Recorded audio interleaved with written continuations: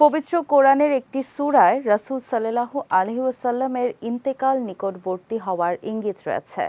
ইবনে আব্বাস রাদিয়াল্লাহু তাআলা আনহু বলেন, যখন সূরা নাসর নাজিল হলো তখন প্রিয় নবী ফাতেমা রাদিয়াল্লাহু তাআলা আনহাকে ডেকে বললেন, আমাকে আমার মৃত্যুর কথা জানানো হয়েছে। বিস্তারিত জানাচ্ছেন সৈয়দ নওশাদ। সূরা আন-নাসর কোরআনের ১১০তম সূরা। এই সূরার অপর নাম তাওদি বা বিদায়ী সূরা, কারণ এখানে নবীজির ইন্তেকাল নিকটবর্তী হওয়ার ইঙ্গিত রয়েছে। ইবনে আব্বাস রাদিয়াল্লাহু তাআলা আনহু বলেন, যখন সূরা নাসর নাজিল হয়েছিল তখন আল্লাহর রাসূল সাল্লাল্লাহু আলাইহি ওয়াসাল্লাম ফাতেমা রাদিয়াল্লাহু তাআলা আনহাকে ডেকে বললেন, আমাকে আমার মৃত্যুর কথা জানানো হয়েছে। এ কথা শুনে মা ফাতেমা কাঁদতে লাগলেন। তখন প্রিয়নবী তাকে বললেন, কেঁদো না, আমার পরিবারের মধ্যে তুমি সবার আগে আমার সাথে মিলিত হবে। এ কথা শুনে তিনি হাসলেন। সহিহ বুখারীর আরেকটি বর্ণনায় ইবনে আব্বাস রাদিয়াল্লাহু তাআলা আনহু বলেন, ওমর রাদিয়াল্লাহু তাআলা আনহু আমাকে বদর যুদ্ধে অংশগ্রহণকারী সাহাবীগণের সাথে তার কাছে প্রবেশাধিকার দিয়েছিলেন। আমার বয়স অল্প হওয়ায় তারা এটাকে মনে প্রাণে মেনে নিতে পারছিলেন না। তারা বলেই ফেললেন, এই ছেলে আবার আমাদের সাথে কেন? আমাদের তো তার সমবয়সী সন্তান সন্ততি আছে। উমর রাদিয়াল্লাহু তাআলা আনহু বললেন, তোমরা তো জানো সে কোত্থেকে এসেছে।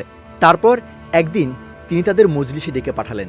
আমি বুঝতে পারলাম যে তিনি আমাকে তাদের মাঝে ডেকে আমাকে তাদের সঙ্গে রাখার ব্যাপারটি স্পষ্ট করতে চাচ্ছেন। ওমর রাদিয়াল্লাহু তাআলা আনহু বললেন, তোমরা মহান আল্লাহর বাণী ইযা জাআ নাসরুল্লাহি ওয়াল ফাত, অর্থাৎ যখন আল্লাহর সাহায্য ও বিজয় এলো, এর ব্যাখ্যা সম্পর্কে কি বলো? তাদের কেউ বলল, আমাদের বিজয় লাভ হলে যেন আমরা আল্লাহর প্রশংসা ও তার কাছে ক্ষমা চাই, তাই বলা হয়েছে। আবার তাদের অনেকেই কিছু না বলে চুপ ছিল।